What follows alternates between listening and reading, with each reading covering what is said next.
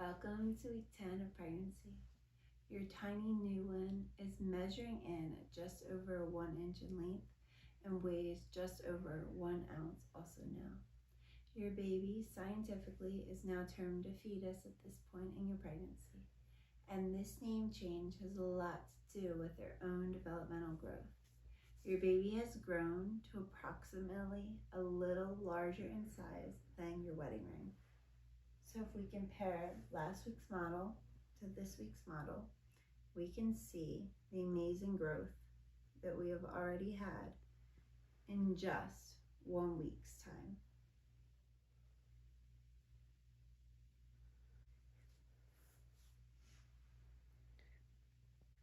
It is amazing to think of our tiny little new baby with all the intricate details of the hands and the toes and the feet and the nose and the mouth and the eyes and the ears that all fit down inside our uterus at this tiny, tiny size. And I am so thankful to the Heritage House because this gives us such a new glimpse of what life is like and looks like within the womb. It is a beautiful model that my children love to hold and admire during these 4 weeks of pregnancy. So for this week of pregnancy, it lists the unborn child now swims and moves gracefully inside their protective amniotic sac. Every organ is present. The stomach produces digestive juices and the liver makes blood cells. The kidneys are beginning to function and taste buds are forming. Brain waves can be measured. The heart beats steadily. The heart beats surely. The heart beats. The baby's eyelids and palms of the hands are sensitive to touch. The baby is now 1 to 1.5 inches long.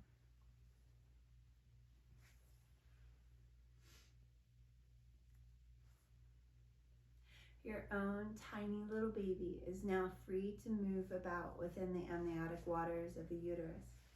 It is just amazing to hold the model and think about the size of our own little one, just moving about freely inside our own body.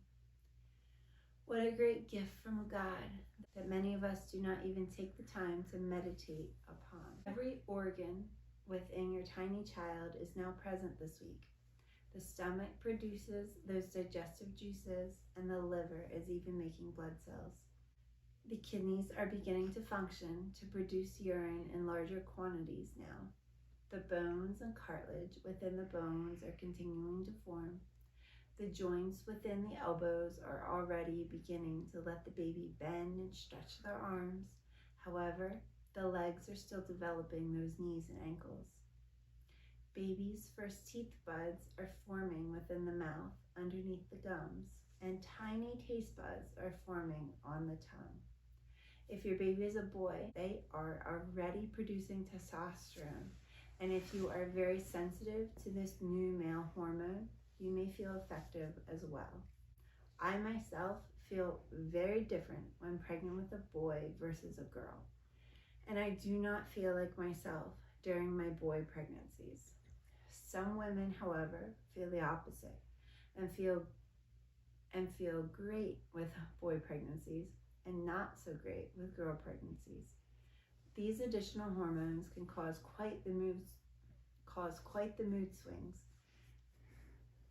and can have everyone in the house feeling as if they're not doing anything right, including yourself.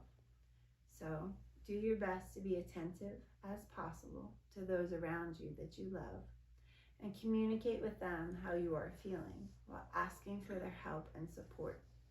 Many women at this time may think they are just responding lovingly when they're actually responding hastily and in anger. So be gentle upon those you love and try to help them understand by communicating with them. This is the first week that the brain waves can be measured in your tiny baby, showing activity that only God truly understands. The brain grows at a rate of 250,000 neurons per minute during the weeks to come, leading up through the second trimester, when that growth rate changes. The baby's brain will grow millions of neurons during pregnancy, and the brain actually takes up almost half of the baby's weight at this point during pregnancy. We can compare that to the 10% of weight that a brain will weigh at birth. This brain activity will lead to many new features within the nervous system to start and to activate. This week, the palms of the hands are sensitive to touch and cannot wait for the day to touch your own body in the sweet first hug of love. Over the next 3 weeks, your baby will go through a huge growth spurt and will double in length. At this point, your baby has a defined neck, thicker skin, and their back is straightening out. The tiny heart is beating about 2 to 3 times faster than your own heartbeat at about 180 beats per minute. With the increased blood volume, you may be noticing more defined veins under your own skin. This is because during pregnancy, your blood volume increases almost 50% to support your baby's growth and development. This will only be for the duration of your pregnancy and flows into the time when you are still if you are still going to choose to breastfeed. Try to keep moving, even if you do not feel good with the nausea, because you actually will feel better the more you walk or stretch. You, of course, should only do as much as your doctor advises, but in typically developing pregnancies, we are recommended to exercise, and it will help you feel better, even if it's just a little bit a day. Many of your pregnancy cravings may slow down over the next few weeks as your body is starting to move into the next stage or trimester of pregnancy. Headaches, especially migraines, if you're prone to them, may stick around for a while. If you feel warmer or thirstier at this point, you can thank that extra blood volume that is building up inside your body to support your growing baby. Your body temperature has increased now, so you may feel warmer, especially at night too, which can lead to an adjustment in your own sleep pattern. At this stage of pregnancy, you may also notice a thickening of your hair and your nails may seem stronger. This is the stage where many people refer to a pregnant woman as glowing. Even though you may not feel like you glow and may actually feel completely drained of all energy, just know how beautiful you are to those who love you and to God as you carry this soul for His glory. Even if no one else is proud of you at this moment, God is, as you transform your body and your mind to be the best mother that you can be. We all have to start somewhere, and even though some of us start far behind, as long as we rise to be better every morning, we are becoming closer to the saint that God envisions for us. If you are struggling to start with a devotion such as a rosary, or you already say this meditation daily, then you may want to look into the Divine Mercy Chaplet. This meditation, using the same rosary beads, is said with shorter prayers, and you only have to focus on Jesus and His passion on the cross. It can be more meditative for individuals that struggle with a wandering mind because your focus does not need to shift throughout the meditations. It can be said under 10 minutes of time. It can be said in under 10 minutes of time, and it can also be sung.